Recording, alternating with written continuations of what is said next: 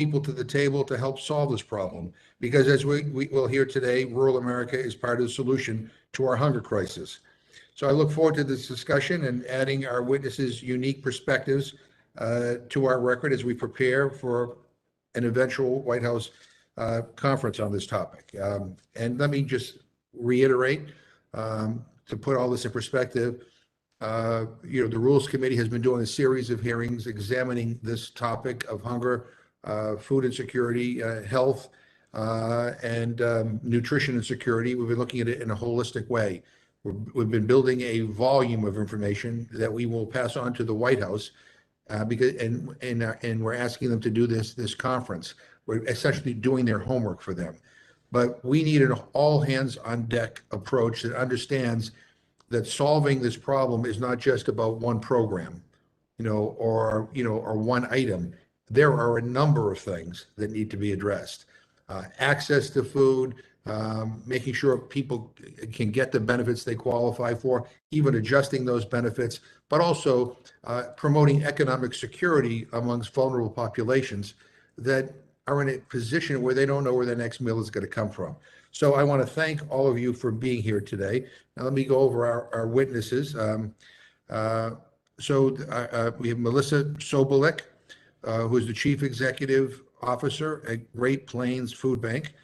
She will discuss the challenges and solutions employed at the food bank and share her own personal experience with food insecurity. Dee Davis is the founder and president of the Center for Rural Strategies and steering committee chair of the Rural Assembly, and he will discuss the development needs in rural America. John Simpkins is the president of MDC. He will discuss his vast experience and work at MDC and in the Obama administration. Rebecca Narragon is the Economic Development Director at the United South and Eastern Tribes. As a citizen of the Porch Band of Creek Indians, Ms. Narragon will discuss economic issues impacting tribal nations in the South and Eastern region of the United States. Chris Bernard is the Executive Director of Hunger Free Oklahoma. He will present the challenges rural communities face in using federal feeding programs. And R.F. Bowie is the president of G.F. Bowie Company. He will share the challenges small and regional grocers face in the current economic climate. I want to thank all of you for being here today, and we will begin with Ms. Sobolik. Well, thank you, Mr. Chairman, Ranking Member Cole, members of the committee, and fellow panelists. It is an absolute privilege to be with you today, really to shed some light on the often hidden issue of rural hunger. So I grew up on a farm outside the small town of Courtney, North Dakota. My parents farmed small grains with my uncle and my grandpa, and I grew up proud of my rural and farming background. My family was growing food to feed the world. How could you not be proud of that? Sure, there were hard times, but I never as a child went hungry. Only much later in my life did I realize that I was a reduced price school lunch kid. After graduating in my small class of 8, I attended Concordia College in Moorhead, Minnesota. And through all 4 years, I worked 1 to 2 jobs. Honestly, I thought that was a normal thing and that is what typical struggling college students did. The first job that I sought out was with the college catering department. Honestly, because at that point in my life, I knew I would get a leftover meal at the end of my shift. I also had an off-campus job and remember how excited I would get when my coworkers would bring in extra baked goods and snacks to share. And I would often sneak them and stick them in my bag and take them home. In that moment, I never thought of myself as food insecure or hungry. It was just part of my reality. Looking back, I realized that I was getting really good at hiding it. I never threw away an empty cereal box or a macaroni or cheese box. When they were empty, I would close them back up and put them in my cupboard so that when my family and friends came over, they could look in my kitchen and not see that anything was wrong. And even I didn't think anything was wrong. Eventually, at the recommendation of a family member, I applied for and received SNAP benefits. So I have never shared these personal stories before. They were a moment in my life where I did what I had to do. It was survival, not intentional. It was a temporary situation, not my identity. And to this day, call it prairie pride or something else, I never considered myself a food insecure or hungry person, even though by definition I was. And I think that's one of the reasons that hunger hides in plain sight in rural communities. We are proud. We don't let it define us or beat us. We grow food to feed the world. So how can we be hungry at the same time? We have family and friends and neighbors who will pick us up and help us when we need it most. And that's what I see and hear every single day from those that I have the honor to serve as CEO of the Great Plains Food Bank. We are the only food bank in the state of North Dakota and Clay County, Minnesota. And in our 38 years, we have recovered surplus food that would have otherwise gone to waste, got it into the hands of those who need it through a network of charitable feeding programs and direct service programs. So pre-COVID, we served 102,000 people with 12.7 million meals. Then 2020 hit, and we served 50% more people for a record of over 153,000 individuals. That's 1 in 6 North Dakotans who needed food assistance, and half of them were children and seniors. COVID had a detrimental impact on rural economies. In many of our small towns, there are only a handful of businesses. So if your hours got cut or you lost your job, there was simply nowhere else to go. Or if one person had COVID, the entire staff was quarantined. And that may have meant that the only grocery store for 60 miles was closed. And because our rural communities are so close, they go to the same school, the same church, the same post office. When COVID hit one person in the community, it affected the entire town. We at the Great Plains Food Bank operate under a philosophy that there is no one-size-fits-all approach to ending hunger. What works in urban areas may not work in rural or remote areas. So we had to get creative delivering services and food during COVID. We operated drive-through contactless mobile food pantries. We put food pantries in clinics and schools, which were oftentimes the only infrastructure a small town had. We are piloting mailing food boxes to homebound veterans, and we're working with our Native nations to get culturally appropriate food and services to them. We are focused not only on ending hunger today, but ending hunger tomorrow by focusing on the root causes of hunger and then ending hunger for good, building a future where hunger doesn't exist. But we can't do it alone. It's government, public and private entities standing beside each other and working together to end hunger. Thank you for this opportunity. And thank you very much for your testimony. Thank you for sharing your personal story. I'm now going to turn to Mr. Davis for your testimony. Hello, and thank you, Chairman McGovern, and the committee for this opportunity, this invitation to testify. I am president of the Center for Rural Strategies. We're based in the coal fields of Whitesburg, Kentucky. We've been around for 20 years now. We work to build smarter, greener, more inclusive rural communities, and along the lines of that work, we publish the Daily Yonder, an online newspaper of rural life and work. And among the things that we have focused on, besides the last couple of years of looking at COVID rates and vaccination rates, we've looked a lot at food insecurity and issues around that. Right now, we have a story up about the challenges of delivering food services to seniors in rural places. There's a quote in that story about if you're in Alexandria, Virginia, you can deliver 50 homes in 1 mile. But if you're in rural Arkansas, it's 20 miles between deliveries. So these challenges matter. And so this is an important part of the story.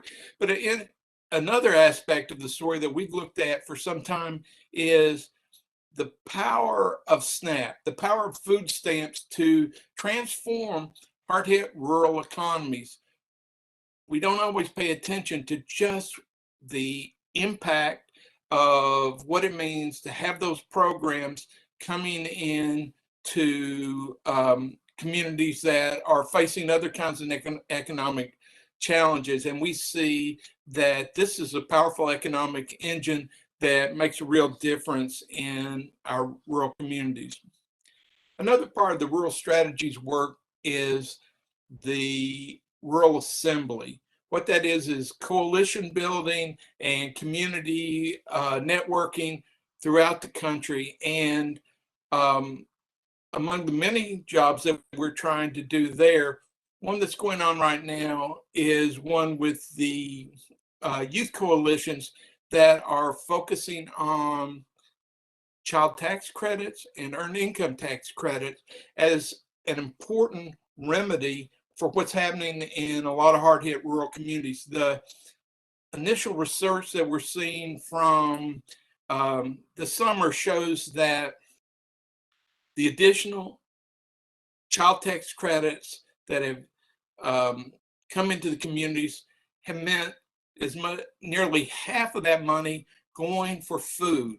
That's again part of this economic engine that helps transform rural communities. And if you think of 1 out of 4 rural kids is going to bed hungry, that's an important part of building a future for rural America. And just generally and overall, I'd like to say that rural economies are in transition. The way that we've traditionally made our living is not the way we're going to be making our living. It's not the way we're making it now.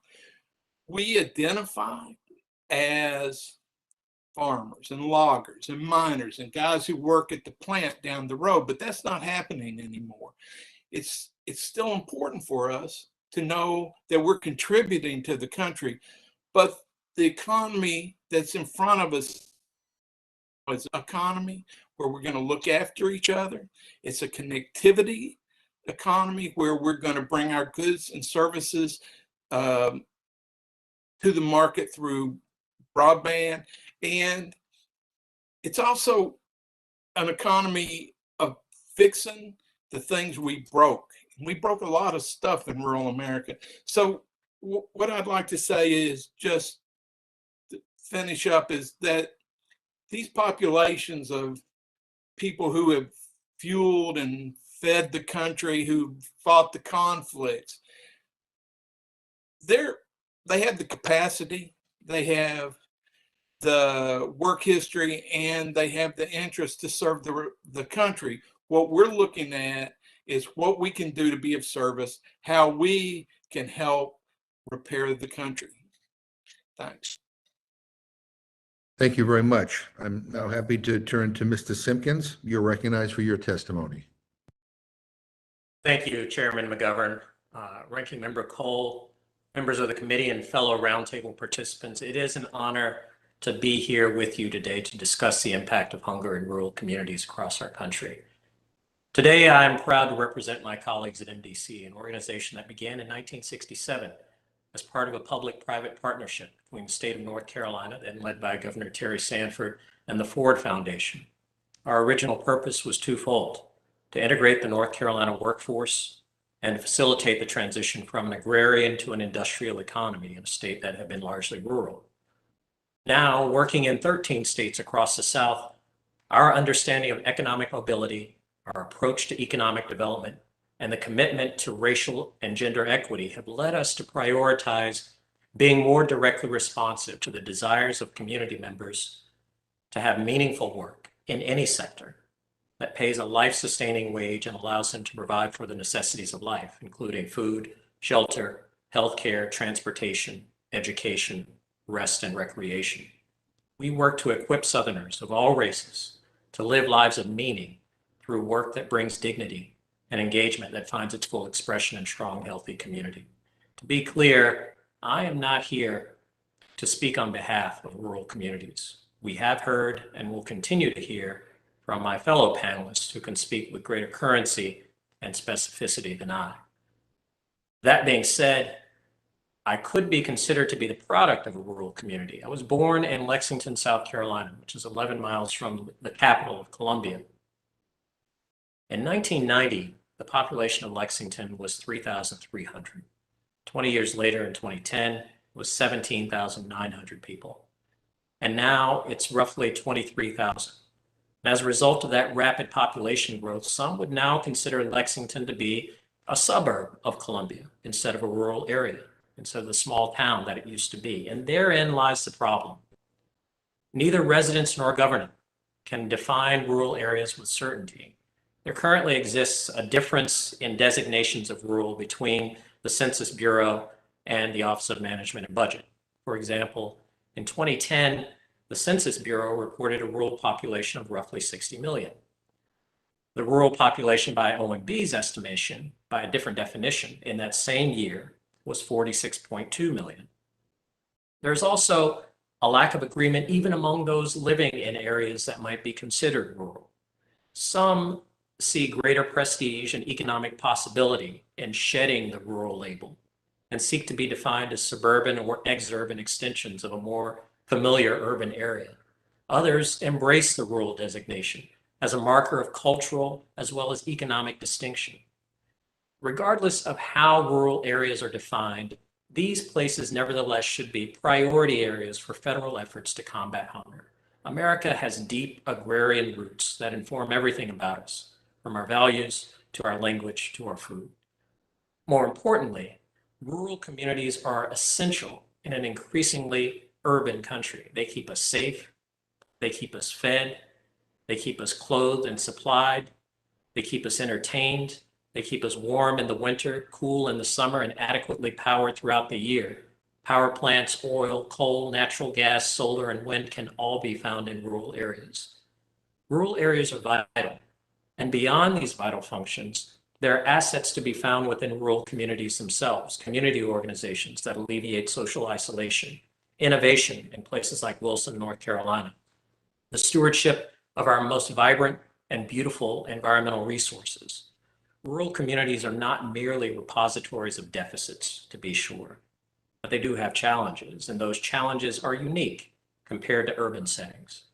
Rural hunger is but one issue that differs from the same phenomenon in an urban context. First, rural hunger often occurs in the midst of agricultural abundance, and hunger itself is a manifestation of food insecurity, which is perhaps one of the most direct social determinants or social drivers of health. If we look at a very specific area, North Carolina's upper coastal plain, we can see an illustrative example of the challenges of food insecurity and hunger. North Carolina has the 10th highest rate of food insecurity in the country, with 13.5% of households experiencing food insecurity.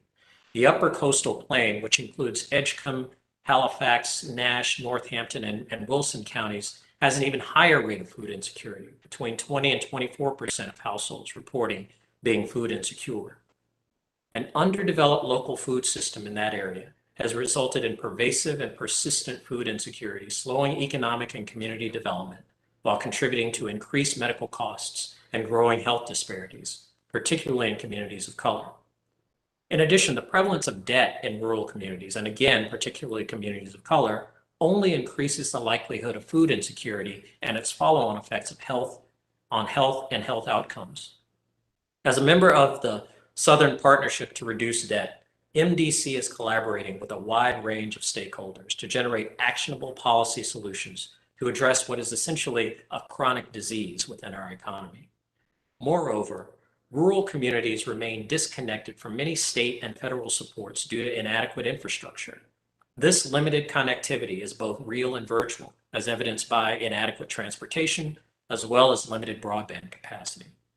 The absence of an affordable means of accessing services essentially makes them unavailable in some areas. And even when communities work to help themselves, there are limited local resources to address rural hunger. For example, the expenditures of SNAP, 20 times those of all private sources combined, and that is still not enough to prevent hunger.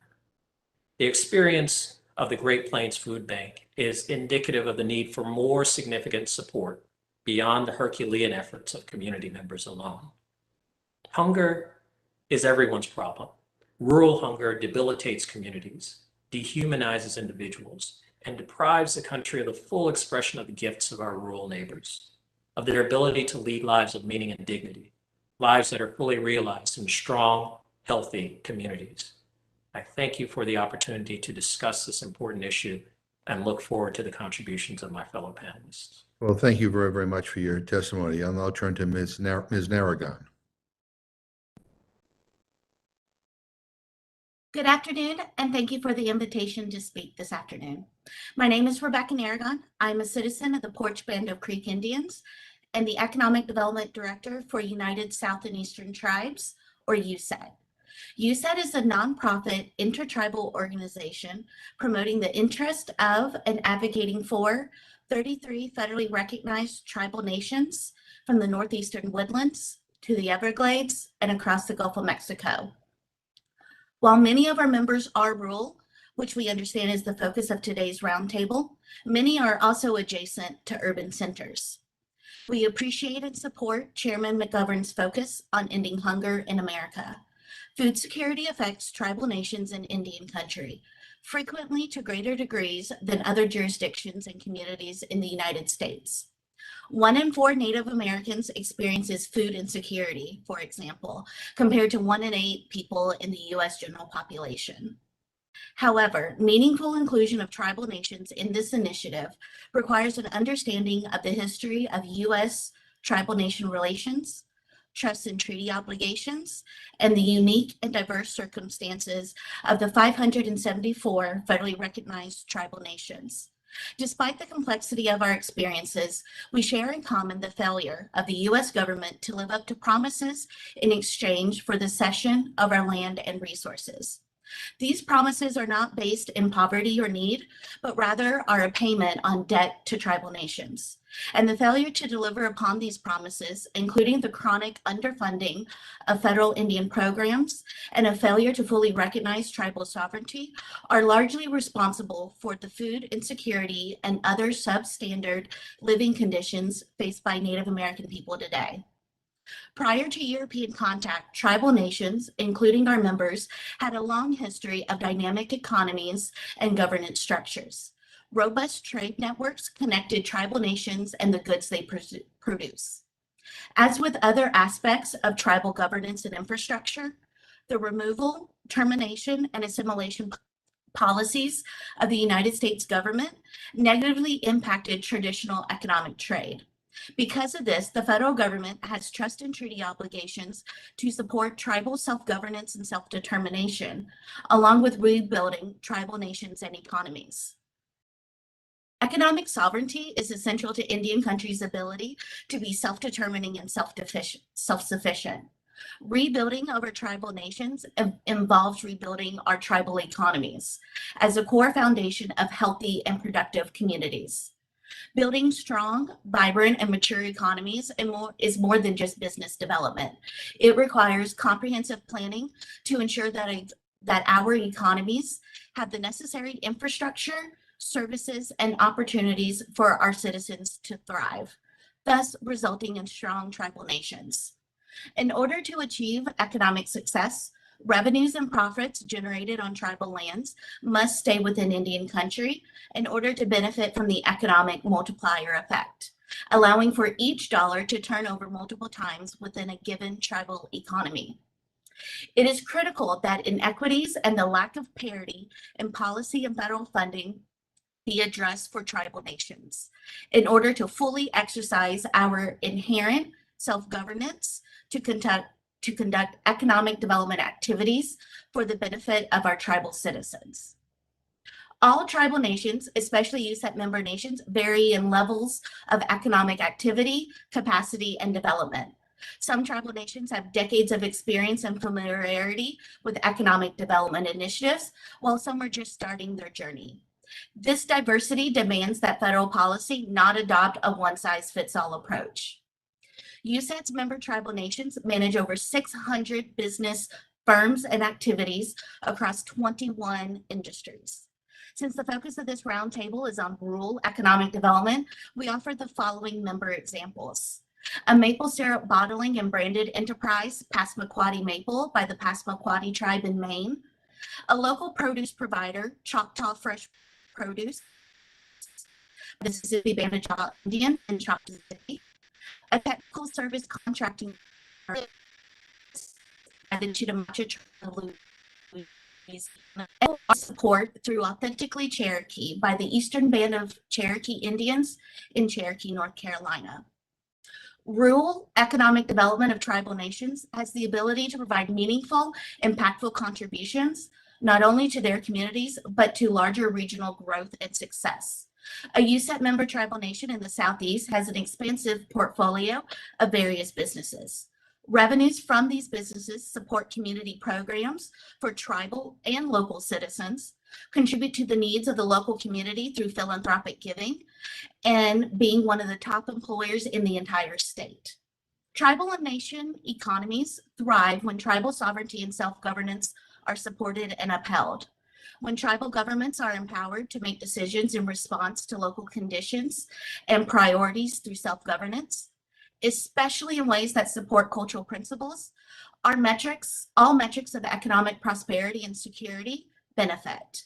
As members of this committee, you can support tribal economic development by crafting policy that acknowledges our sovereign status and provides governmental parity, funds tribal nations directly and ensures these funds can be received through self-governance contracts and compacts, recognizes the diversity of Indian country by providing appropriate flexibility in use of funds and programmatic implementation, and deferring to tribal nations to set standards, and avoids competitive grants, pass-through funding, matching funds, non-duplication requirements, and extensive reporting. I am just one individual in this work and one tribal citizen, and I would encourage the committee members and staff to continue conversation with tribal leaders and our tribal organization partners. I appreciate the opportunity to speak with you today and happy to answer any questions you may have. Mado, thank you. Thank you very much. I'll now turn to Mr. Bernard.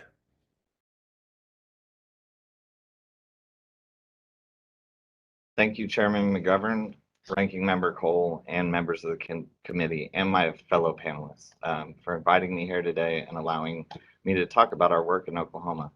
My name is Chris Bernard. I'm the founding executive director of Hunger Free Oklahoma. And before I talk more about our work, I'd like to echo what Ms. Narragon said. There's no way to talk about Oklahoma and our issues and our successes without talking about tribes. It could take this entire hearing, and I can't really do it justice. And I would highly recommend to this committee that you hold an entire roundtable on tribal issues. I know in Oklahoma, all of our outcomes would be worse, and our social service sector would be worse off without the contribution of the tribes in our state. And I should just say, we are going to do that. So that's wonderful. all right. So Hunger Free Oklahoma's mission is to leverage the power of collaboration to solve hunger in Oklahoma by improving systems, policies, and practices. We don't distribute food. Instead, we strive to end hunger through collaboration, capacity building, technical assistance, research, and advocacy, all really surrounded around the federal nutrition programs. We're also the state SNAP outreach contractor and the administrator of the Double Up Oklahoma program. We were formed 5 years ago to do exactly what our name says, to make Oklahoma hunger free in a state that has some of the worst food insecurity numbers in the nation.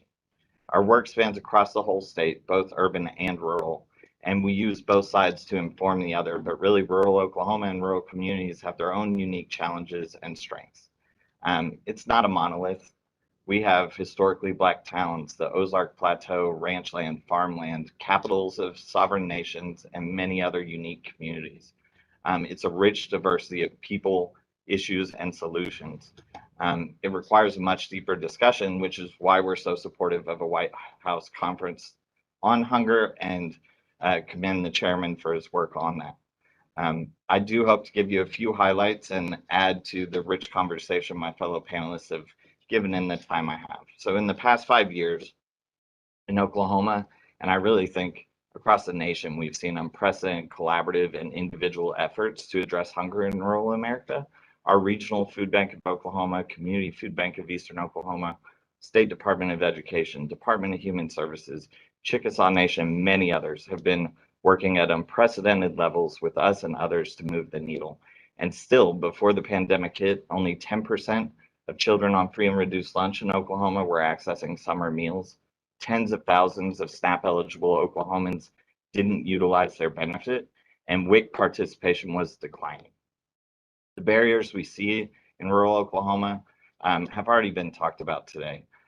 Transportation, a big challenge. Access to technology and broadband, stigma, and limited community resources and investments. Through our work, we've seen that translated in multiple ways. We've seen the impact that a lack of transportation and program rigidity had on a community when the only WIC certified store closed and the next closest was more than 20 miles away. Imagine a mom getting up in the morning and realizing she needs eggs and she has to do a 45-mile round trip to use the benefit she's been given, even though the local corner store sells those eggs but can't be WIC certified. We see entire counties with almost no access to fresh food because of people and dollars, and ultimately the businesses leaving their communities for areas with more opportunity. We receive calls on our SNAP enrollment assistance hotline from thousands of Oklahomans who are running into barriers with the online application or transportation to reach physical application sites. However, we also see tremendous strengths in rural communities. They have strong social connectedness and networks. They're solutions oriented because they have to solve their own problems quite often. They can organize quickly and effectively. They are determined and resilient to overcome obstacles. And as I mentioned, in Oklahoma in particular, the tribal nations are a huge strength in our rural communities. And when we leverage these strengths, we can have huge impacts. We've seen the summer meals leveraged when libraries and rural school districts or food banks partner to bring meals and literacy programming. Communities that are working collaboratively to address community-wide issues, improve food systems, and target community health indicators. And we've seen how changes in the federal nutrition programs during the pandemic increased household food budgets and access to meals because they removed the barriers, created flexibilities, and prioritized people. We've seen what works. And if we're really going to end hunger in Oklahoma and in communities across the country, we need your help. We ask that you first leverage the proven effectiveness and efficiency of SNAP and electronic benefit programs to reduce food insecurity and support local economies. Just like Dee was saying earlier, SNAP dollars are the most likely to be spent locally. They are a huge resource for local businesses, and by focusing on the programs that are modeled off SNAP, you're not only addressing hunger, you're keeping local businesses open, you're creating jobs, and you're ultimately helping to hold a community together. So to do that, authorize summary EBT permanently and nationally. It's a huge resource for rural families who struggle to access meal sites, and it supports those communities. Ensure that SNAP benefits increase with inflation and food costs at regular intervals. Allow for simultaneous participation in the FDPIR program and SNAP so that tribal communities can experience that dollar turnover Rebecca was talking about with the SNAP program. Make WIC flexibilities and additional vouchers that were implemented during the pandemic permanent, and provide sufficient funding to scale the nutrition incentive programs that stack on top of SNAP to empower folks to make healthy choices and access fresh produce. We have seen transformational change in communities with this program in our state. We went from a $90,000 benefit a year program to what in the next 12 months will be $2.4 million. And we're only scratching the surface of these communities, but we've seen grocery stores that have to hire new people from the funds coming in, expand their produce sections, and it increases access for that entire community to healthy and fresh food, not to mention the economic impact it has on their local economy. Remove program requirements that exacerbate barriers, specifically remove or provide exceptions to the congregate feeding requirements of summer and after school meals, and expand proven models for the most isolated areas, including programs like the Meals to You pilot that was operating during the pandemic in isolated areas, and consider the needed changes to CACFP to help provide meals to children who stay in childcare settings for longer hours while their parents commute back to their rural communities from their jobs. Finally, I'd ask that you fund cross-sector community level collaborations that are identified with cross-sector solutions. You've heard the panelists already talk about this today, but you can do that by funding section 4021 of the Agriculture Improvement Act of 2018 to fund public-private partnerships focused on these issues. The recommendations we set out, obviously I'm not the first one, but to us, they represent something that we've heard people on both sides of the aisle talk about. We want to empower people and communities to make their own choices. We want to remove red tape and invest in communities. We want to incentivize rather than restrict. And we want to leverage the strengths of our private sector and existing systems while ensuring equitable access for all. In Oklahoma and in rural communities across the country, we have working solutions that are ready to be scaled. We just need the resources and flexibilities to make it happen. I would like to close with a personal invitation to you, Chairman, and to all the committee members to come see firsthand in Oklahoma, meet with our staff, our partners, our community members, and others to hear about our successes, struggles, and our determination to end this issue. Thank you, Chairman McGovern, Ranking Member Cole, and committee members, and my fellow panelists. Thank you very much. I'd love to come to Oklahoma. I got to see whether Mr. Cole will give me a visa, but no, we appreciate the work that you do. Let me now, our final, what is this, Mr. Bowie? Welcome. I'll yield the floor to you. Thank you, Chairman McGovern and other committee members. I feel very privileged to be here today to discuss a subject that's so near and dear to my heart. My name is R.F. Bowie with G.F. Bowie Company. I'm a fourth generation South Dakota grocer. I've been in this business since I've been 4 years old and snuck out of a snowstorm to go to work with my dad.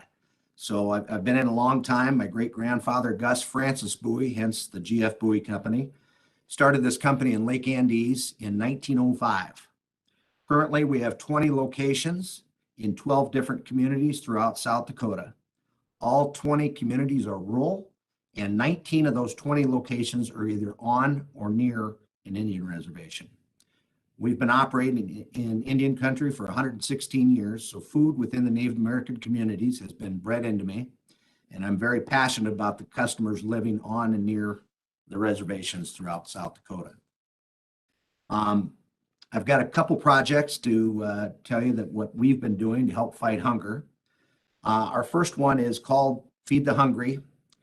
Our goal is to provide food and essential items for those in needs in time of gap of benefits. So as you all know that when a person goes to sign up for SNAP, they don't get those benefits just that day. And so they'll go to their local food pantry to be able to get those benefits. So we do a fundraising event held in each of our 20 locations between early November and Christmas when customers are feeling the most generous. There are no administrative costs, and 100% of the money collected goes right to those in need. I personally match up to $500 of each of the 17 nonprofit food pantries. Been doing this for nearly 10 years and have raised thousands for those in need. Another project that I'm working on is a travel trailer for essentials. Our goal is to provide healthy foods as well as essential products to areas where there's little means of transportation. G.F. Bowie Company is working with a nonprofit organization named One Spirit on the Pine Ridge Indian Reservation to secure a semi-trailer and truck with both frozen and cold storage. So what we would do is on a consistent basis, we would go to those communities that are, from 50 miles on in to 10 miles that don't have a grocery store in their towns. We would go out to the districts, which are small communities on the reservation, and sit there for a half a day or a day a week or a couple days a month and have that food available for those customers that don't have the transportation. This will definitely fill a void, but it certainly doesn't leave much for variety and choices for the people. The project I'm most excited about is food delivery to lockers. We hope to be rolling this out first quarter of 2022, and our goal is to provide healthy foods as well as essential products to areas where there is very little means of transportation.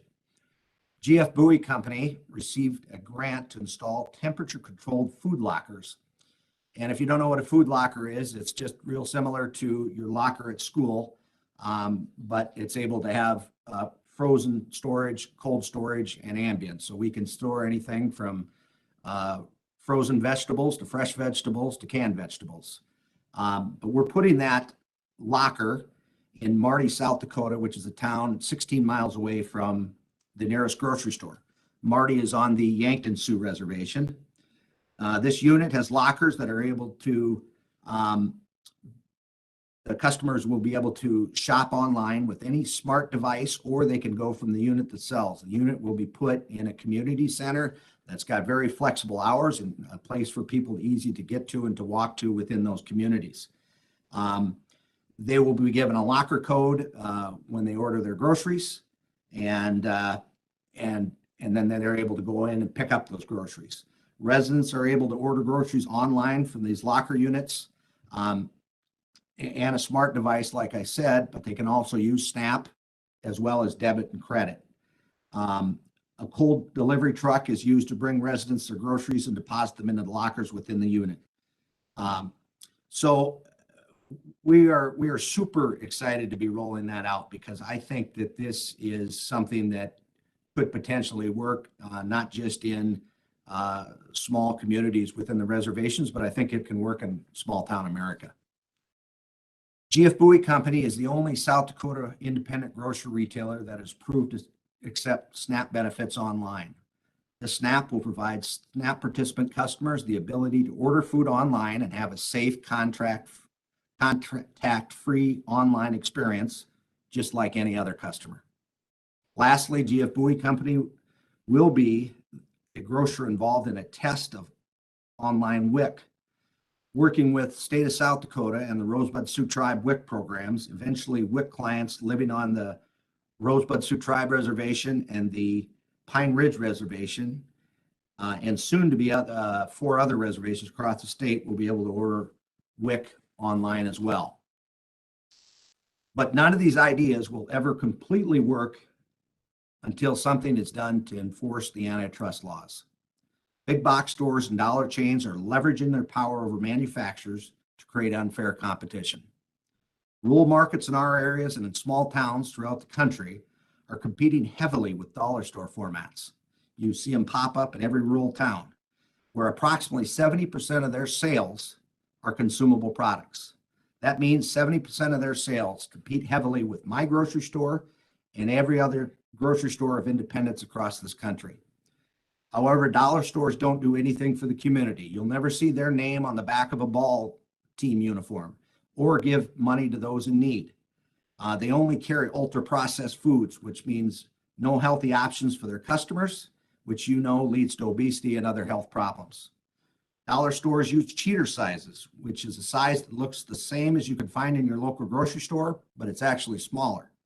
However, these dollar chains restrict the manufacturers from selling that product to independents like myself, so I can't even compete fairly. But the worst abuse from these big box store and dollar chains is preventing grocery independents from getting the products we need to sell to our customers. My wholesaler, affiliated wholesale grocers out of Kansas City, AWG, does $22 billion in retail sales, so they're no small player in this business. But during the pandemic, Ball, who produces jars and jar lids for canning vegetables and other products, decided not to sell their products to AWG. So those customers of mine that want to live off the land want to eat healthy and use the canning as a source to get through the winter, can't buy them from me. But you can go into any Target or Walmart and find their product on their shelf. That doesn't do my customers any good because the nearest Walmart to my stores is over 50 miles. During the pandemic, AWG was forced to put allocations on all kinds of products like ramen noodles, ground beef, Pedialyte, and formula for babies. The quantities were so limited that we had to drive those products and others from our lower volume stores that maybe didn't need the maximum allocated product like we did in Pine Ridge. The distance from our lowest volume store to our store in Pine Ridge is 253 miles. Not the most economical situation for me, but that doesn't concern me one bit. I'm glad to do it for my customers if it means they won't go hungry. But picture this, please. Pine Ridge being one of the poorest counties in the nation, not having WIC items like formula for babies on their local grocery store shelf. So I apologize if I seem a little upset about antitrust not being enforced and unfair competition, but it's because I care about my customers going hungry, and I truly believe this is a life and death situation. Can you imagine if we didn't make that twice a week trip consisting of 1,124 miles per week? People on the Pine Ridge Indian Reservation could have starved, and that's just wrong. Thank you. Well, thank you very much. And I want to thank all of you for your testimony. I think this is an important panel, and this is important information for us to pass on to the administration. We're trying to get them to say yes to this conference, but we also we wanted to make sure that your views were included. We also wanted to make sure that they have a list of people that they can go to help plan this conference, because you guys, you're all working and doing amazing things in your communities. Mr. Boyd, let me, I was, you're from South Dakota. I have a little bit of a South Dakota connection, I should tell you. So my last name is McGovern. My first job when I was in college was working for George McGovern, who was a senator from South Dakota. And I went out to South Dakota, I came in 1980 when he was running for re-election. I think I was so effective, he lost pretty big in that Senate race. So I'm not sure my Massachusetts accent did very much to convince people of South Dakota to vote for him. But I have a great appreciation for the state. And while you were speaking, I was thinking about a visit. We just recently, we do some field visits as well.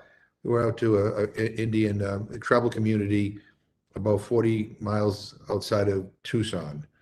And I think the name of the anyway, this was a community with a high rate of diabetes, obesity. We visited the health clinic, and and the medical people there are desperately trying to make better, get people access to better foods, more nutritious foods. And they fought very hard to get a supermarket to come and locate in this community. They did get it. They got one of the chain markets out there, ended up opening up a supermarket. And we had actually toured the supermarket. And the problem was that everything that was even remotely good for you was super overpriced.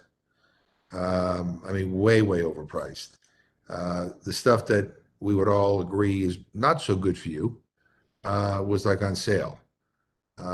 And so the doctors and nurses we talked to were like, well, we fought to get this, but we still have the same problem. I mean, people cannot afford the food, that they really would like, and they're forced to make really bad choices. Otherwise, they have to drive 40, 50 miles into Tucson to get the food. And I just want to say, I'm really struck by your commitment to your customers. And I wish the people who ran this market had equal commitment to their customers. I was told that, the cost of transportation means that we have to up the prices.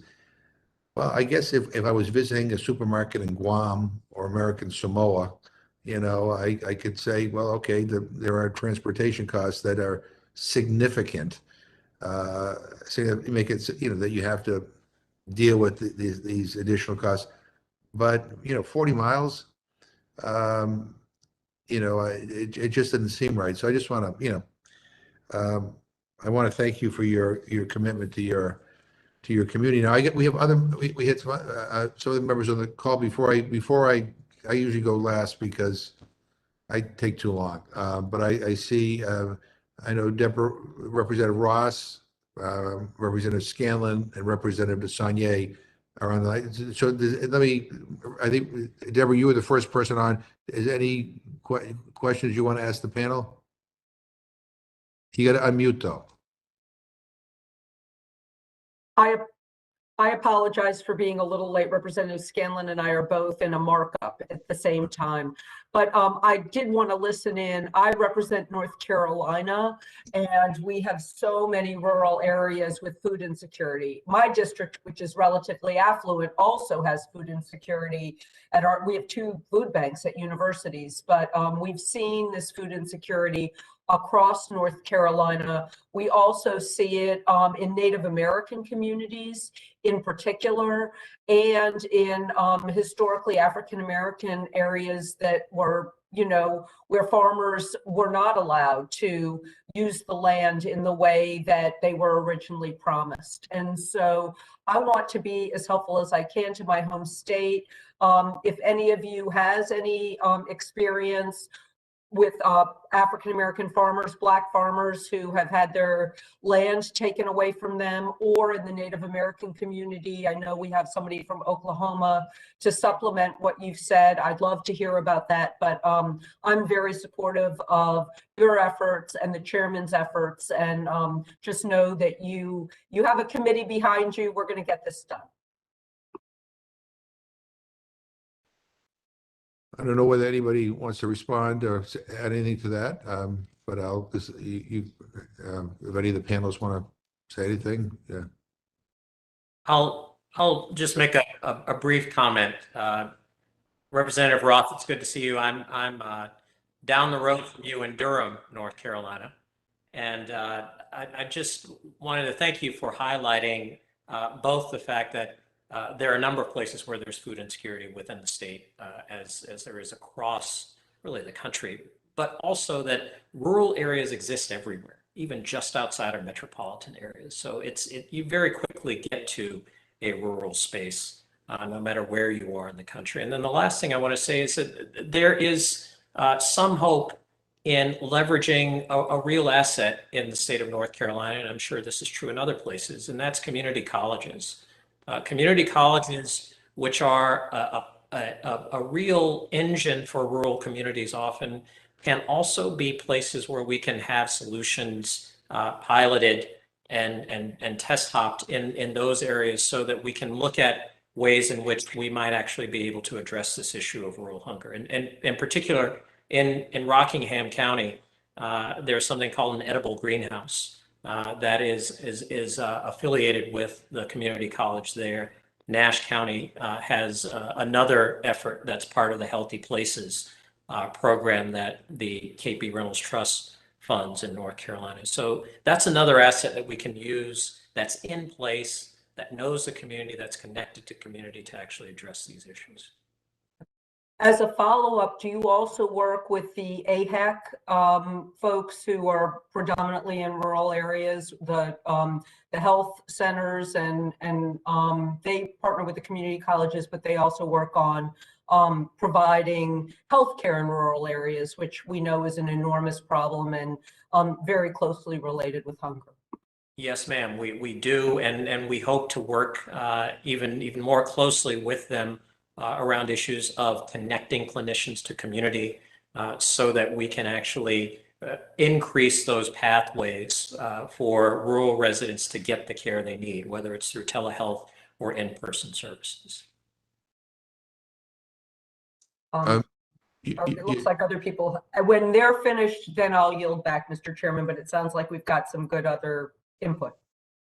Okay, all right, I gotta see my Zoom here. Okay, Ms. Larricon, did you want to add anything? I'll just go right down the list. Yeah, I just wanted to contribute very shortly to the conversation. with your remarks, Chairman and Representative Ross, that expanding self-governance activities for SNAP and the food distribution program on Indian reservations will allow tribal nations to provide nutrient dense traditional foods to tribal citizens in tribal communities. In spite of a 2014 USDA feasibility study, tribal nations continue to be excluded from administering SNAP and other nutrition programs under Public Law 93-638, contracting and compacting. So really that is something that could be explored in the future to allow tribal nations and tribal citizens to get out from these programs. Thank you. And Mr. Davis, did you have your hand up? Sure. Representative Ross, I served for some time on the board of directors of Mary Reynolds Babcock Foundation based in Winston-Salem. And then we've worked a lot in rural North Carolina. One of the things, programs with a lot of promise is a program, Methodist churches in rural areas creating kitchens to serve people and create incentive and grant program to encourage those churches. And I think it's a model that's worth looking at because it's working around the state. And if just for a second, if I could also just piggyback on Mr. Bowie said, I can remember years ago going to Lake Preston, South Dakota to videotape Senator Daschle as the community came together. A pharmacist was retiring. They were going to lose their drugstore. That would mean that there was no drugstore. What happens to the town? People have to drive 40 minutes to get a prescription filled. The community came together, and at that ceremony, I remember Senate Majority Leader Daschle saying, the thing about rural communities is everybody's needed, right? You're needed to be in the band, you're needed for the ball team, you're needed to be on the library board, the school board. And if somebody's missing, then we're all hurt by it. But of course, that's not just true in small towns, it's true in Raleigh and Oakland, everywhere. But I think this sentiment of what we can do, how we can pitch in is a critical part of rural values that we all hang on to. Okay, Ms. Sobolik? Thank you. And Representative Ross, I am from North Dakota and just wanted to share, as the only food bank in the state of North Dakota, we have been partnering with rural healthcare providers over the last couple of years, either to get a wellness food pantry located in the clinic. So when patients are coming in, they have a chronic disease that is exacerbated by poor nutrition. They can essentially give them a prescription pad, let them go through the food pantry and pick medically tailored food for them. And then we also have a lot of traveling doctors who spend one day in a clinic, and we're loading them up with having food bags in their car. So when they see the need, they have that direct food that they can get to the hands of people who need it right away. And I think there is this big movement of seeing food as medicine and how to connect hunger and healthcare. Yeah, whom looking, Mr. Bernard. Thank you, Chairman. Just to piggyback on everyone, really, Representative Ross, I think I am from Oklahoma, and I will not claim to be a tribal expert. I think Rebecca answered that quite well. But for talking about rural areas and community colleges and regional colleges, for us, we really see our, they are serving way more first generation college students, older college students who are working. And we've found the pantries are also great entry points to build in SNAP outreach and enrollment assistance, as well as the TRIO services at those colleges who are really there to support those students. And through that, if we have been trying to figure out how to then leverage our double up program, our new nutrition incentive program to increase that buying power and help them access healthy food. So I think there's this perception that folks in poverty or the food insecure don't want to eat well. And really what it is, fresh produce is a risky product to purchase, right? It goes bad quickly, potentially, if you don't use it on time. And so it's really viewed as this luxury, and having this extra buying power on top, right? Not limiting choice, but having additional incentives to be able to purchase that. We've seen huge transformation in communities, but also to your point, Mr. Chairman, we see it as an incentive for businesses, right? There's all of a sudden this dedicated resource to purchase fresh produce, and it can change the economy of scale to help drive down prices and the incentive for those businesses to actually carry that product that's risky for them as well. Because if you don't have fast turnover in produce, you lose that product. Thanks so much to all of you, Well, Mr. Chairman. before- I yield. do you want to add anything before we move on, or? No, okay, all right. I'll go back to Representative Ross. Oh, I just yielded back. Okay. Representative Scanlon from Pennsylvania. Hi, thank you. So I represent Philadelphia and some of the surrounding suburbs, so very much an urban area, but have a little bit of perspective on this because I grew up in northern New York up on the Canadian border, which is pretty rural, and the town where my family still lives has depended upon an independent grocery store, you know, unless they wanted to drive an hour. And that closed last summer, kind of forced out by the 7-Eleven style gas station not too far away. So, you know, no options for even in upstate New York, not a great growing climate. So, you know, no options for pale produce because they're not even carrying that nearby. So have seen some of the issues we're talking about here. I think it's Mr. Bernard or Mr. Bouygues.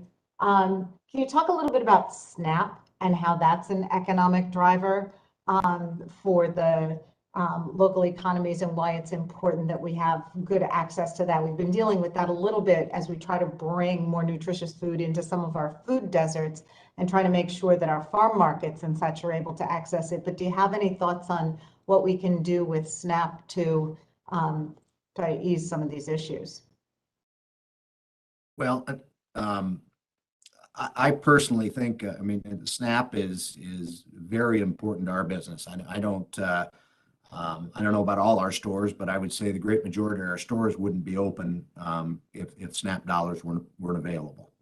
And that's probably true for a lot of rural markets.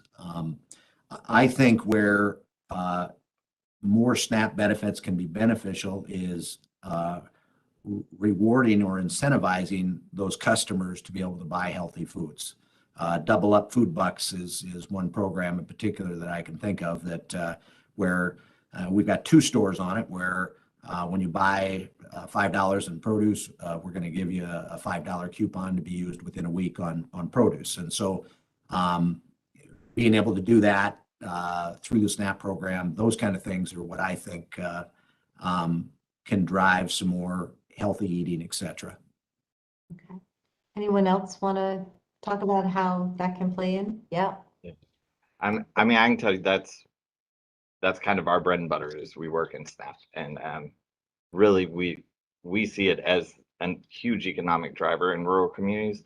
It's actually a retired director of the SNAP agency here in Oklahoma who's from a rural community talked about those are the folks that keep the rural grocery stores open, right? They're not traveling. Lots of our rural folks now commute to our major cities and they're spending their dollars there. It's the lower income folks who stay in the communities and not only spend SNAP dollars, but spend private dollars, right? And that's a tax base for those communities. So I think whatever community level efforts you can do around data matching, right? So kids who are on free lunch, that's the exact same income requirement as SNAP. So how do you build in outreach opportunities within those local systems that already have trust of the people, right? Parents trust their schools typically. Double Up, I agree, is a huge driver. For us, we've seen it. The only limit on that program is scale. So it's funded by a federal match grant, GusNet. In our state, I can tell you, we have, I mean, we're 2,000% over where we were 2 years ago. My goal is to have us another 6,000% in 4 years, but that's sort of our economic limit. And once the match is done, if you want to scale a program and really serve every community, you need to fund it to scale. And I think the savings in healthcare, the economic multiplier you'll see in these rural communities to, once you lose a grocery store in a rural community, getting it back is pretty much impossible. So being able to sustain that is huge to us. And SNAP is the key. I always want to be very careful and say we don't support any restrictions on SNAP. We support choice completely, but providing incentives on top of that, increasing buying power, and incentivizing healthy choices is a great option. Yes, Mr. Simpkins. I just want to thank you for that question, Representative Scanlon, and to echo what Mr. Bouet and Mr. Bernard and Ms. Sobelink have already shared about SNAP. It's a catalyst for innovation, and I'll give you one specific example from South Carolina, from my home state, where in Columbia, South Carolina, the Medical University of South Carolina now has a food as medicine program that Ms. Sobelink was referring to. They link that to a food share program where there is a SNAP Plus Up offered for SNAP recipients. So when you go to pick up your food box, there's also a demonstration kitchen where recipients sit and stand along with medical students. They prep their food, they cook the food if they want to, and then they take it back. And that has this tremendous effect on changing one's view of interacting with the medical profession, the frequency with which you are seen, as well as flattening that relationship between clinician and patient, where it's really the auntie from the neighborhood who's teaching the med student how to chop onions. And suddenly physicians understand that there's something that they can learn from their patients, as well as vice versa.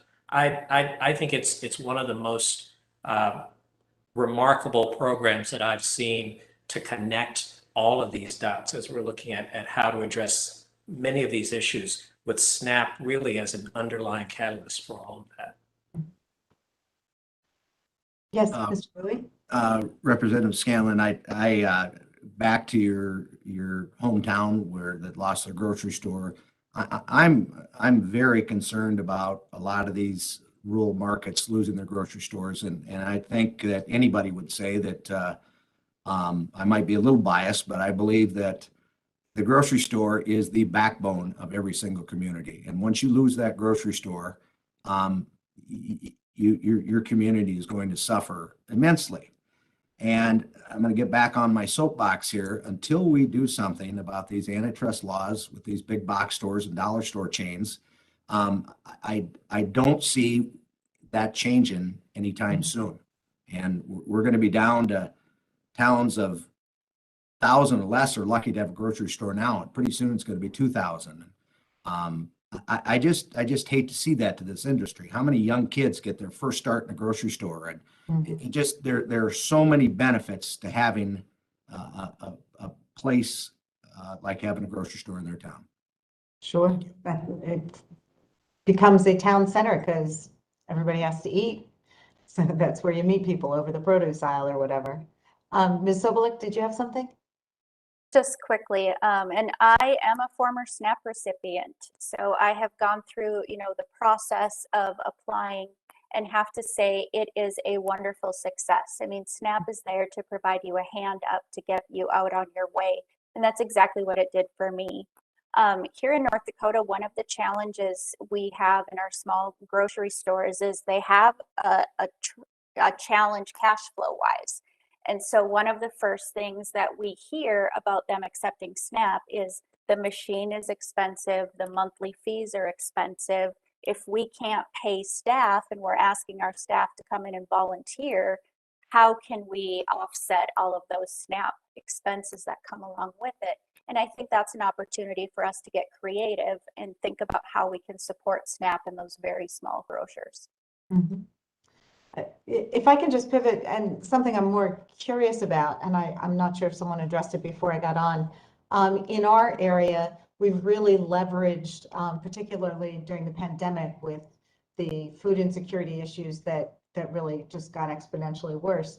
We leveraged the schools a lot, providing meal pickups at the schools, providing summer meals, et cetera.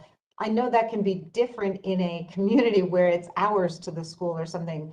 Are the schools a good tool in the rural communities? I mean, I assume, I'm a former school board member, and food issues were one of the things that I really dug into. So I assume that working on free breakfast, free lunch, you know, making them more nutritious, those are helpful, but can they help bridge some of the after school hours or that kind of thing? Do you have that ability? Anyone? Yeah. And I can happily jump in there. I will say all of the USDA waivers that happened with non-congregate meals, that was a godsend for rural America. Our students don't have access to transportation in the summer to go to a congregate Right. meal site. So when they could go and get 5 meals and bring them home, that was amazing.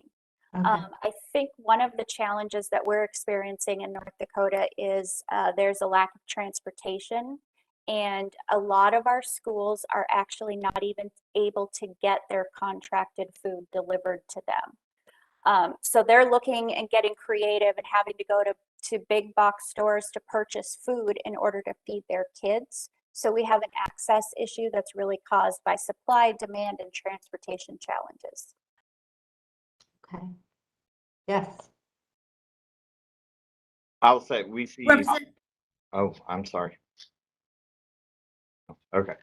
Okay. We see schools are crucial to hunger generally, right? So school breakfast, school lunch are lots of kids' main source of nutrition. After school meals and summer meals, to Melissa's point, are just more challenging in rural settings. Yeah. And there are economies of scale programs, right? For schools, they have to pay man hours and the cost of the kitchen running and those things. So you need a certain number of meals out, as well as a cost benefit analysis for the parents for transportation, right? And so in more sparse rural communities or communities where travel is more challenging, or for schools that frankly are just too small for it to be worth it. Like we know communities where they wish they could do it, but their child nutrition person just needs a break. So they're off for a month in the summer. And that's the only person to do it. And so we've been advocates for a long time before the pandemic of summer EBT, particularly in rural communities, because it adds that SNAP multiplier, right? It works just like SNAP. And it gives those families the resources they need, even if they can't get to the school in the 2-hour block that the school can afford to keep open to hand out the meals. But I agree, we also need all of those waivers. Congregate feeding makes no sense in rural America. Right. Right. And so figuring out how to allow for those flexibilities is crucial. Ms. Narragan, I think you had something. Yeah, I just wanted to share there are some great examples with tribal nations, not only through the school system, but also after school programs you might have mentioned. One particular example that comes to mind is with the Boys and Girls chapters and communities, that's not only providing access to food, but also being that entry point to students of, I really connected earlier when someone shared the food is medicine concept and reteaching and reintroducing traditional language, traditional agriculture practices to the newer generation. So there's been some great examples sharing that of this topic is having a much wider implication into small rural communities that one might not necessarily make a direct connection to, but it can have not only an economic multiplier, but a communal multiplier effect on local communities and the next generation and the future generations that come after us. Got it. Thank you. And I've taken up a lot of time here. I'll yield back. Thank you very much. I appreciate it. I think I lost my. Let me ask a question of everybody here, because for a number of these hearings that we have done and roundtables, I mean, the issue of stigma gets brought up often. Mr. Bowie, you have a situation where people can use their SNAP dollars online to purchase groceries. in Massachusetts, I mean, during the pandemic, that was one of the big criticisms is that, if you had a credit card, you can buy your groceries online and pick them up, but if you were on SNAP, you couldn't.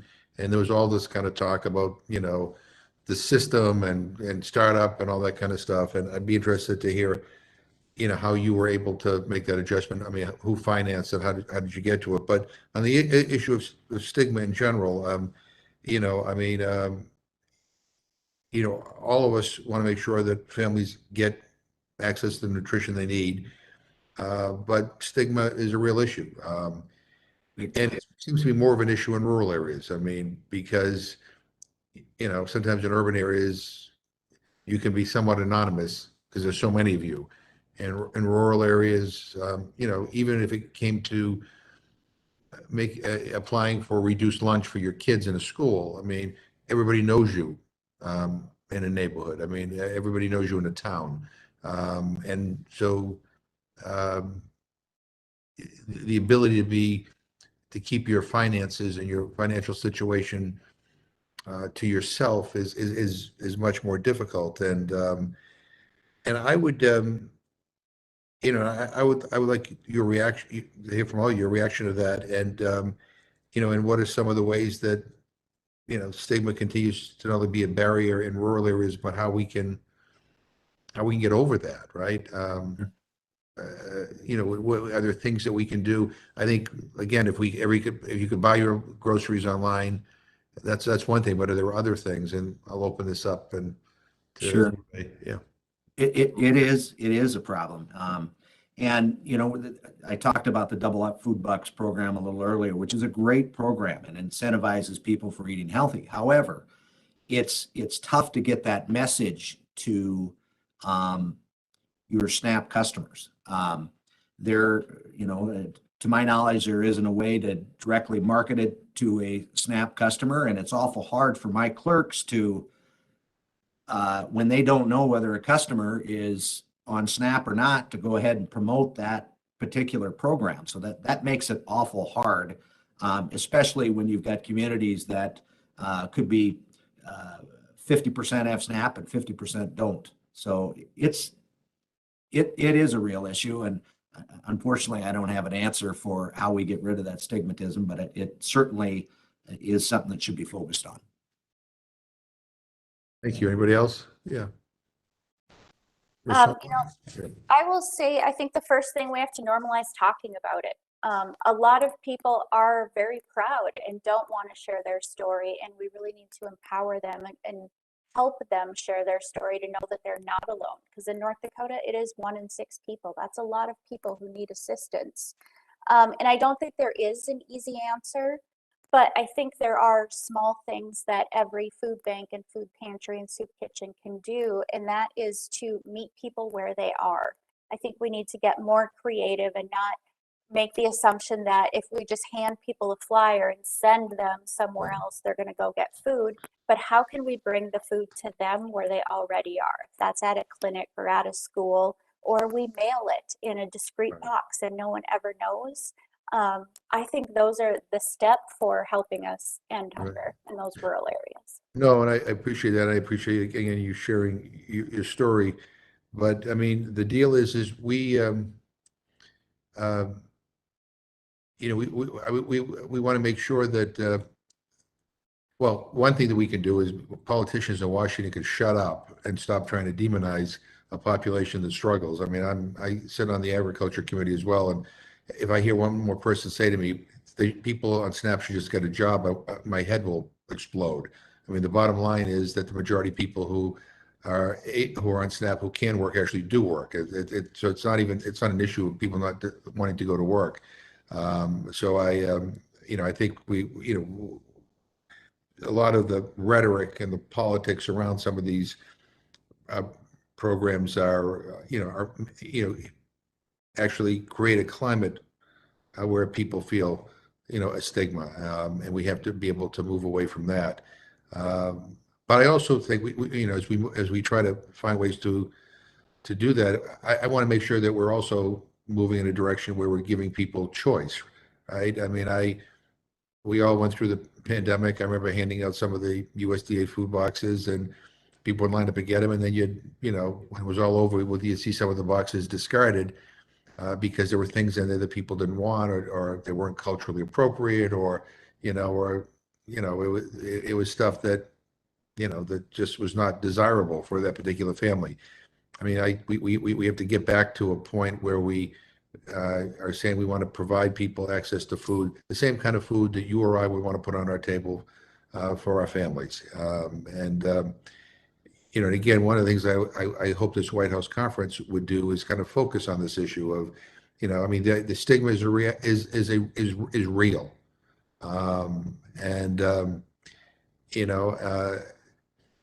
how do we deal with it, but also how do we make sure people have appropriate choices, and we're not dictating to people, here's what you have to have. Someone earlier talked about access to fresh fruits and vegetables.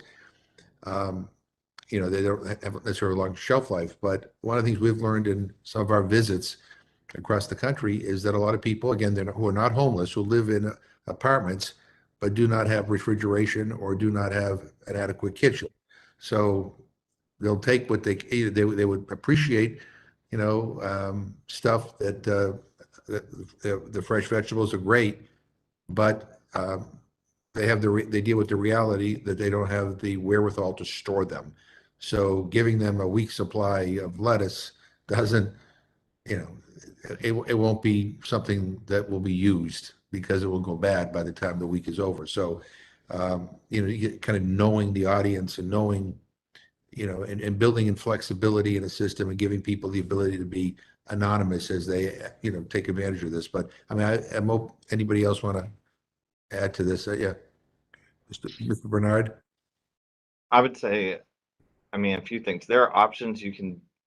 One way to fight stigma is just to integrate things into systems as best you can, right? So that's why EBT in a lot of stores, it's not on a separate machine anymore, right? It's one machine that runs both cards.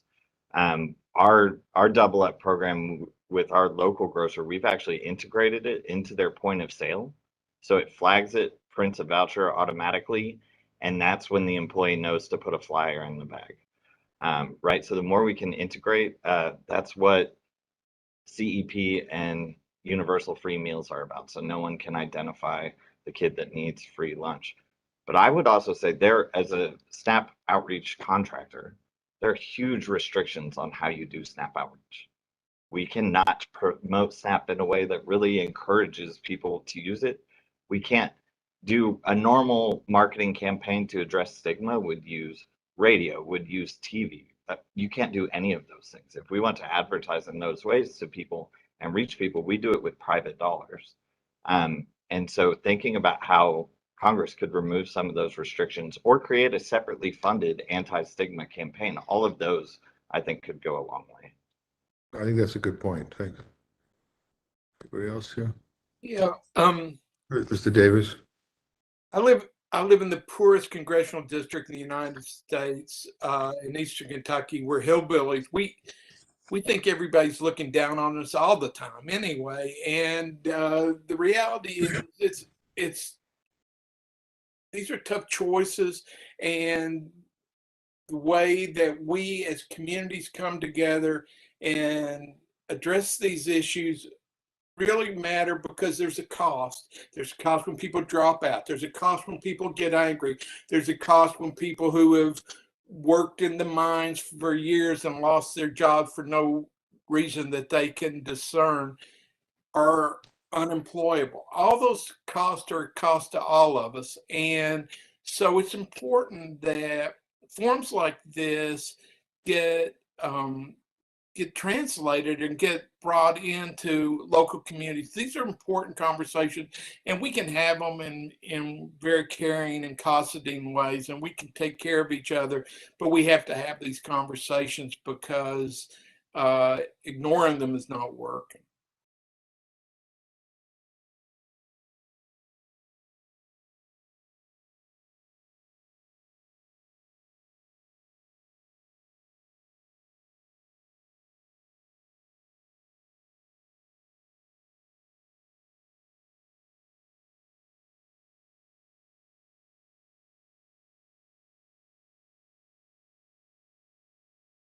do the front bill, because that's where it fits under the Agriculture Committee. But we don't talk about school meals. Well, that's under the Education and Labor Committee. And we don't talk about, food as medicine. We go, well, that's Ways and Means and Energy Commerce. Same thing in the administration. USDA has its jurisdiction. HHS has its jurisdiction. Education has this. So, and, we'd like to think in a perfect world, we all get together and solve problems jointly. That's just not the way it works. So, we need to have these conversations that cross jurisdictional boundaries. And, innovations, we've received a written testimony from El Pasoans Fighting Hunger Food Bank and DoorDash, which have a partnership to deliver food to people they serve in hard-to-reach places. These innovations are exciting. I mean, they're people are thinking out of the box. We were in Phoenix, and we met with this company called Noro. If you ever see a Pizza Hut commercial, where they're delivering pizzas in an unmanned vehicle to people, they're saying, well, we could use that technology to get food to people who don't have easy access to a food bank, or even to a grocery store. The problem with that is that right now it has to operate in areas that the speed limit is no more than like 40 miles an hour. I think it would be run over in South Dakota because the speed limit is so high. But anyway, the bottom line is that we Especially when I drive. do it. But as you're looking to the future, I mean, we have to be thinking in terms of, as we perfect these new technologies, how do we utilize them? Again, why isn't it universal? Why aren't we doing more to invest to help? And Ms. Bowie, I don't think you told me, how did you finance your being able to take SNAP dollars in your store? I mean, how did it, was there money to help do that, or was that you? No, it was me. Yeah. So, and yet, we're hearing from a lot of grocery stores all across the country that they're not doing that because they're not being provided the resources to do it. And, how do we get others to follow your lead here? Because again, that makes it easier for people. And especially during the pandemic. I mean, right? I mean, we had, if you had a MasterCard or Visa, you could, and you were, and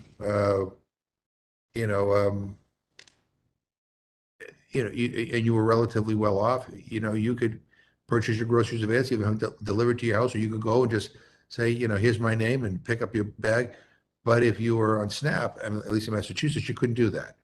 That's exactly right. That's exactly right. And the other thing that we need to do is get rid of the bureaucratic red tape on being able to get the SNAP. It just is, going through that process was as close to hell on earth as I've gone through. It's tough. It's tough for any new business that we open. It just is, it's a tumultuous process, to say the least. Yeah, well, we've heard that from a lot of people, by the way. And again, that seems to me like an easy fix. That's something the department can do. We don't need to have two houses of Congress pass something, reconcile something, and then send over them. I mean, they ought to be able to sit down and figure out how we make this work better, so that it's easier for stores to be able to take SNAP dollars. But innovating on your own dime, is what, while it's praiseworthy, the bottom line is, if we need to take it up to scale, I don't think we can just expect that others are going to do the same. So, that's something that I think, at a White House conference, where a lot of your input, those of you on this call, could be very helpful. I mean, the red tape stuff, how we can encourage compliance with technology in a way that, make it easier for SNAP recipients.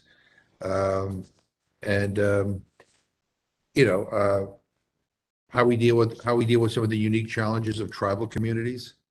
I mean, one of the things we've learned during all of the hearings that we've been doing is that, one glove doesn't fit all, even in terms of reimbursement levels. And with respect, the cost of living in Mitchell, South Dakota is different than the cost of living in San Francisco, California. And there are people, in San Francisco who are working, who would be making be able to have a decent life in Mitchell, South Dakota, but the cost of living is so high in San Francisco that they don't, that they can't afford to put food on the table, and yet they earn so much they don't qualify for any help.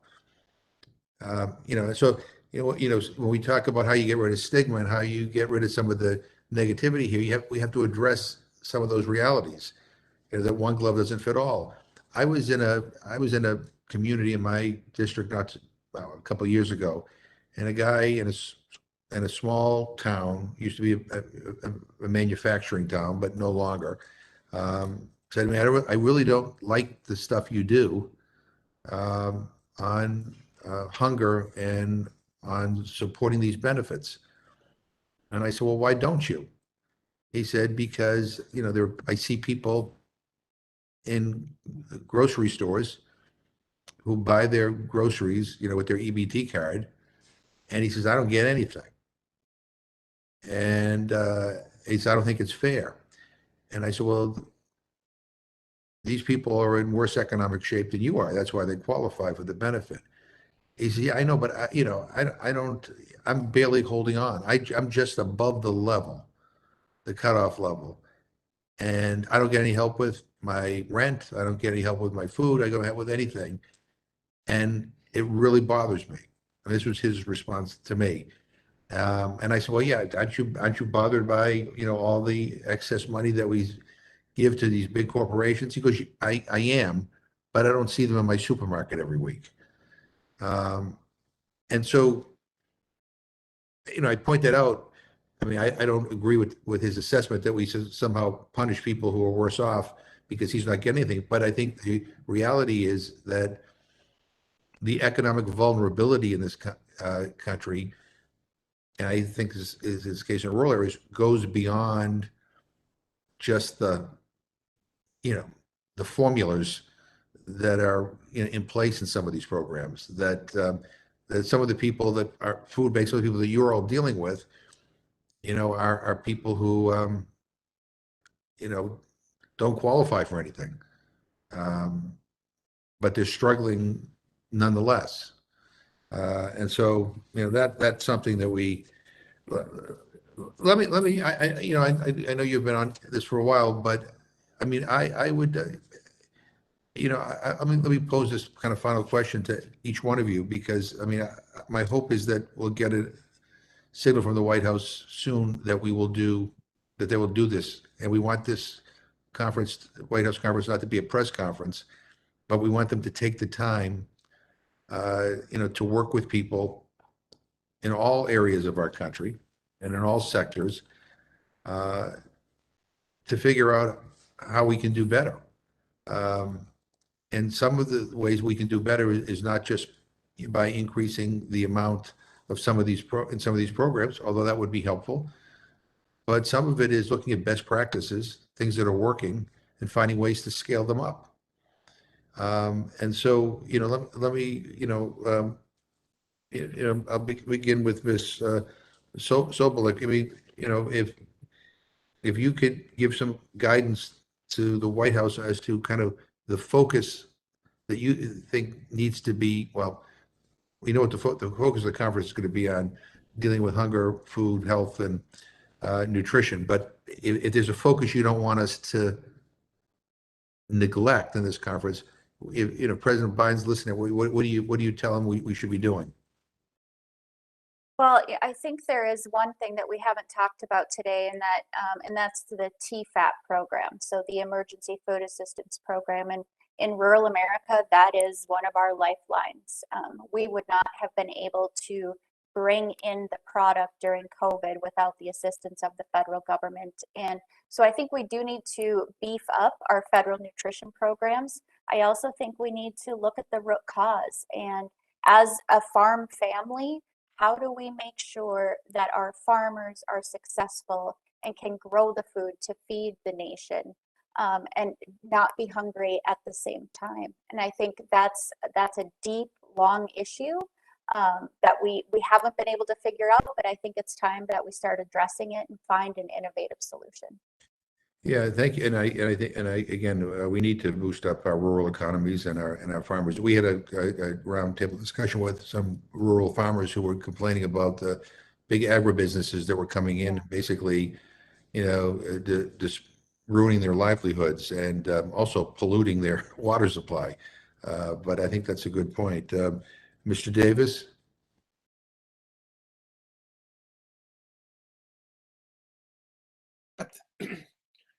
I think there are a lot of possibilities right now, a lot of remedies. I certainly think that the tax credit program is going to offer, if this gets up to speed and fully implemented, it's going to change the dynamics for a lot of rural communities. I think that the room for local innovation that we've heard here from these different communities, tribal and different parts of the country, is really the place we have to begin to show these solutions and let people feel like they've got a chance to make the changes needed. Thank you. Mr. Simpkins? Thank you, Mr. Chairman. I would start with the premise for a lot of these programs, which operates on the assumption that people can aspire to be poor. You have to be so far below the poverty line to qualify for many of these supports that what you can only hope to do is someday get off of them and be part of the working poor. Part of that same guy who was upset with you is mad because he's scrambling. We know it's expensive to be poor in this country.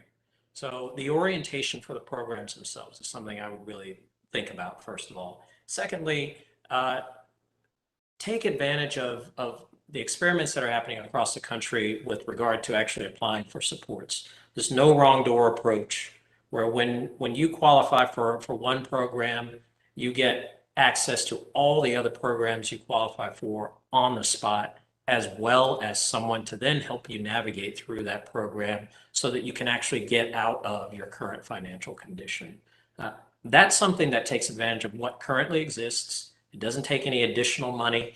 There's philanthropy that's standing at the ready to turbocharge that with some actual human capital. And it could actually give us a bigger bang for the investment that we're making right now in these services. Thank you, Ms. Narragon. Yes, I would just like to see the administration and future conversations to continue the conversation that tribal nations are sovereign governments to which the U.S. owes trust and treaty obligations.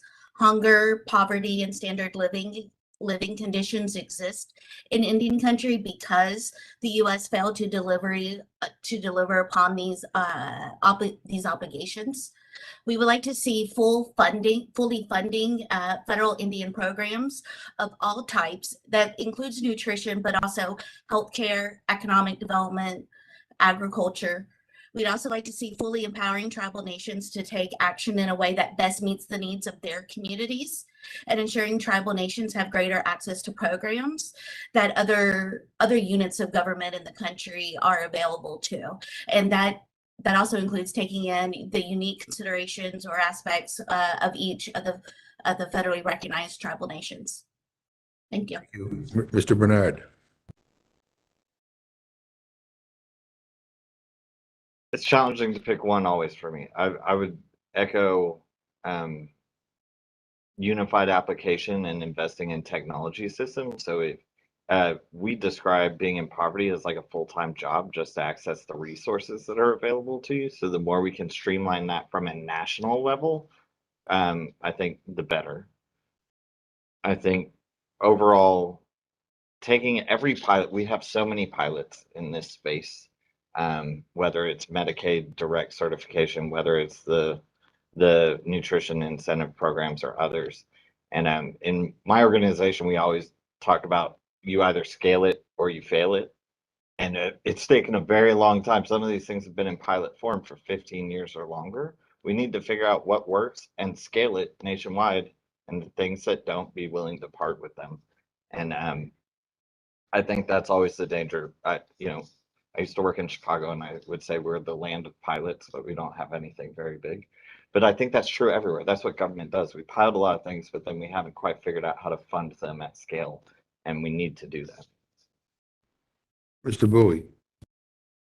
Well, of course, I've got lots of ideas that of how to get access to fresh foods in rural markets. But if I was going to tell the White House one thing that they probably wouldn't be talking about this, and that would be enforcing the antitrust laws.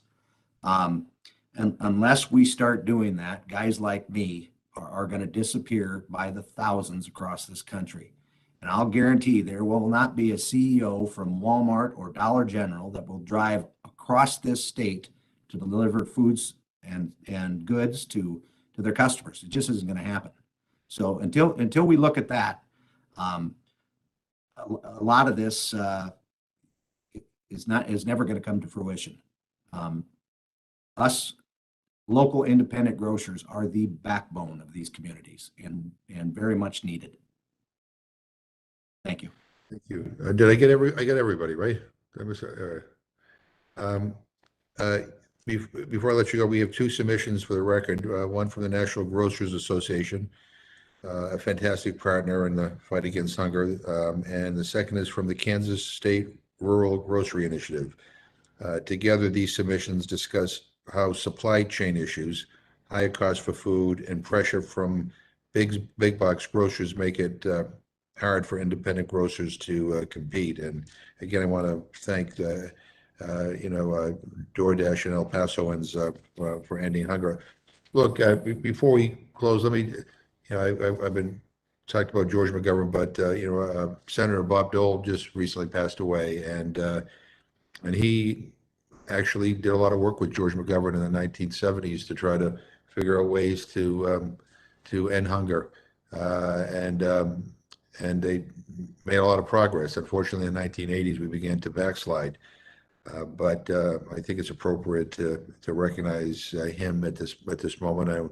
We're very grateful for his service to this country, and our condolences with his family. But when we say end hunger, we mean all hunger all across the country, in every community, across tribal nations, rural communities, urban centers, our territories. I mean, everybody. The idea that we live in the richest country in the history of the world, and we're having this conversation about people having difficulty accessing good, decent, nutritious food is something we all collectively should be ashamed of. And I'm a believer that hunger is a political condition. And by that, I mean, not that it's a Republican issue or a Democratic issue. It's just that we need the political will to focus on this and to connect the dots. I mean, I think the thing what I'm hearing from everybody is like, yeah, it's just not one thing. It's a lot of things. And we can do this better. But it requires people to get out of the old mindset that the way we've been doing things for the last 100 years is the way we should do it for the next 100 years. There are better ways to do this. And there are more partners we can bring in. And we have to listen to local communities as to what works best there. What works in some of the communities where you all live may be different from what works in the city that I live in. I mean, we have to acknowledge that one glove doesn't fit all. So I want to thank you for sharing your work and for your experiences in rural communities. So we know that one size doesn't fit all. We can do better, and I think we have to do better, and that's the purpose of this. So I will just leave you with one final thing, and that is that it is my expectation that the White House will say yes to this. And then I would like to be able to follow up with you to kind of plug you in where your expertise is most appropriate, so that the issues that we talked about here today are not glossed over or not neglected. Look, I come from a city, an urban area in Massachusetts. I now represent because of redistricting over the years, I represent a lot of farms, farms in Massachusetts, so a little bit different than farms in Oklahoma or in South Dakota, but nonetheless, an important part of our economy. But we need to make sure all the voices are at the table. You know, and being able to go to some of these different states and doing on-site visits and even visiting some tribal communities and that we did in Arizona, there's a disconnect between Washington and what we are saying we are intending to do, and the fact that because of the way we've written some of these programs, the relief doesn't get to the people who need it. So in any event, my hope is that we can all work together and that we can utilize your expertise in this White House conference. And so I appreciate you taking the time today. And you have our information. If you get any ideas, whether it's on-site visits or whether it's roundtables or follow-ups that we should be doing here in Congress with committee chairs or with the administration, let us know. All right. Chairman, I'd welcome you back to South Dakota anytime, even though. So what part of South Dakota are you in right now? Well, I live in Sioux Falls, but I tell people I live out of the back of my car. I probably I've been put on to Sioux Falls. I did the eulogy at 70,000 miles a year. I did the eulogy at George McGovern's funeral back in 2012. So I was in Sioux Falls then. But he lived in Mitchell, which is, you know, and I always I found it curious that, you know, a guy who traveled all over the world and, you know, was, I mean, you know, and it was spent time in Washington and it was ambassador to Rome and the Food and Agriculture Organization in Rome, you know, wanted to go back to Mitchell, South Dakota. I mean, because every time I'd visit in Mitchell, South Dakota, I mean, there's a corn palace, and then we would have dinner at the same restaurant, Chef Louis. That was the name of the restaurant. Sure.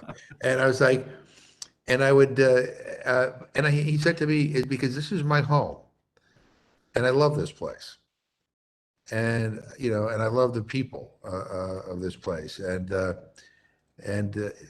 you know, and I was like, well, you know, I know, but what do you do for fun out here? He says, lots, you know, lots of places to go and to see. But he really loves South Dakota. And, you know, I remember when he lost the Senate race, my fondness for South Dakota wasn't, well, at an all-time high, let's put it that way.